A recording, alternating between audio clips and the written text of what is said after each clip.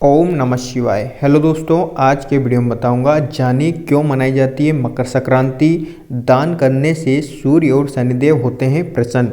इन सभी बातों को जानने के लिए मेरे साथ वीडियो के अंत तक बने रहें। मकर संक्रांति 2024 हिंदू धर्म में हर माह आने वाले व्रत त्योहारों का विशेष महत्व होता है। हिंदू पंचांग के अनुसार पौष माह में मकर संक्रांति के त्यौहार का खास महत्व माना जाता है।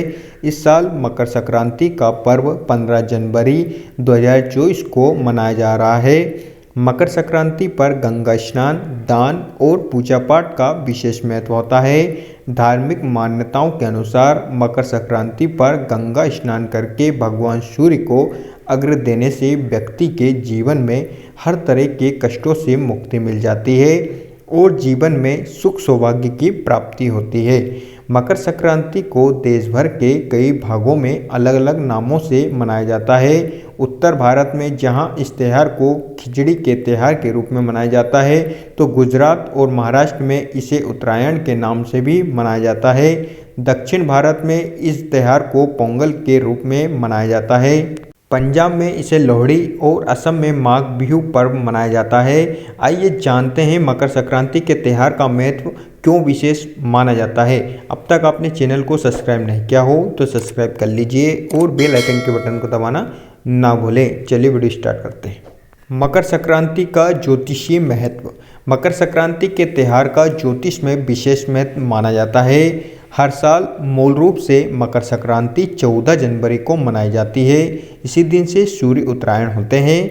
वैदिक ज्योतिष शास्त्र के अनुसार मकर संक्रांति पर सूर्य धनु राशि की यात्रा को विराम देते हुए मकर राशि में प्रवेश करते हैं। दरअसल सभी हिंदू व्रत और त्योहारों की तिथियों की गणना चंद्रमा पर आधारित पंचांग के अनुसार करते हैं, लेकिन मकर संक्रांति का पर्व सूर्य पर आधारित पंचांग के आधार पर करते हैं। पूरे एक वर्ष में कुल 12 संक्रांतियाँ होती है, जिनमें 4 संक्रांति मेष, कर्क, तुला और मकर संक्रांति का बहुत महत्वपूर्ण माना गई है। पौष मास में जब सूर्य धनु राशि से निकलकर मकर राशि में प्रवेश करते हैं तो मकर संक्रांति के रूप में जाना जाता है।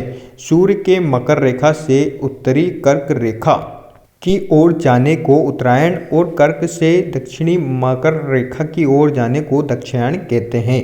मकर संक्रांति का धार्मिक महत्व। मकर संक्रांति के ज्योतिषी महत्व के साथ साथ इसका धार्मिक और सांस्कृतिक महत्व भी बड़ा माना गया है। पौराणिक मान्यताओं के अनुसार सूर्यदेव शनिदेव के पिता हैं। मकर संक्रांति के दिन सूर्यदेव अपने पुत्र शनि के घर जाते हैं, जहां 1 महीने तक रहते हैं। शनिदेव मकर और कुंभ राशि के स्वामी हैं। इस तरह से मकर संक्रांति पिता और पुत्र के मिलन के रूप में देखा जाता है। वहीं एक दूसरी कथा के अनुसार मकर संक्रांति के दिन ही भगवान विष्णु ने असुरों के आतंक से पृथ्वी लोक के वासियों को मुक्ति कराने के लिए असुरों का संहार कर उनके सिरों को काटकर मंदरा पर्वत पर गाड़ दिया था। तब से ही मकर संक्रांति का त्यौहार मनाया जाता है। इसके अलावा मकर संक्रांति नई ऋतु के आगमन के तौर पर भी मनाया जाता है। मकर संक्रांति से ऋतु में बदलाव आने लगता है। शरद ऋतु की विदाई होने लगती है और बसंत ऋतु का आगमन शुरू हो जाता है। उत्तरायण देवता के दिन और दक्षिणायन रात। मकर संक्रांति के त्यौहार के बाद से दिन लंबे होने लगते हैं और रातें छोटी होने लगती है। सूर्य एक वर्ष में उत्तरायण और दक्षिणायन होते हैं। शास्त्रों के अनुसार उत्तरायण देवताओं का दिन और दक्षिणायन देवताओं की रात मानी जाती है। सूर्य जब दक्षिणायन में रहते हैं तो इस दौरान देवी देवताओं की रात्रि और उत्तरायण के 6 माह को दिन कहा जाता है। दक्षिणायन को नकारात्मकता और अंधकार का प्रतीक, जबकि उत्तरायण को सकारात्मकता और प्रकाश का प्रतीक माना गया है। दूर होते हैं शनि दोष। मकर संक्रांति पर भगवान सूर्य की उपासना, दान, गंगा स्नान और शनिदेव की पूजा करने से सूर्य और शनि से संबंधित तमाम तरह के कष्ट दूर हो जाते हैं।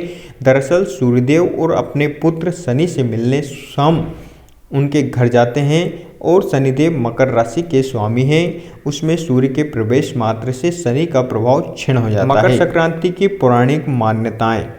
मकर संक्रांति के दिन ही भीष्म पितामह महाभारत युद्ध समाप्ति के बाद सूर्य के उत्तरायण होने की प्रतीक्षा में मकर संक्रांति का प्राण त्यागते थे। मकर संक्रांति पर देवी यशोदा ने श्री कृष्ण को प्राप्त करने के लिए व्रत किया था। मकर संक्रांति के दिन ही गंगा कपिल मुनि के आश्रम से होकर सागर में जा मिली थी और भगीरथ के पूर्वज महाराज सगर के पुत्रों को मुक्ति प्रदान की थी। मकर संक्रांति का उपाय। मकर संक्रांति पर कुछ उपाय करने से कष्टों से मुक्ति और पुण्य की प्राप्ति होती है। मकर संक्रांति के दिन सूर्योदय से पहले स्नान करना चाहिए। ऐसा करने से 10,000 गोदान का फल प्राप्त होता है। इस दिन ऊनी कपड़े, कंबल, तिल और गुड़ से बने व्यंजन और खिचड़ी दान करने से सूर्य और शनि देव की कृपा प्राप्त होती है। मकर संक्रांति पर प्रयाग के संगम तट पर स्नान करने से अक्षय पुण्य की प्राप्ति होती है। मकर संक्रांति पर तिल का दान, घी का दान, गुड़ का दान और खिचड़ी का दान करने से शुभ फलों की प्राप्ति होती है। दोस्तों, ये सब दान मकर संक्रांति के दिन अवश्य करें, जिससे आपको शुभ फल की प्राप्ति हो। अगर आपको वीडियो अच्छी लगी हो तो like, share, comments and subscribe करना ना भूलें। Thank you so much all of you.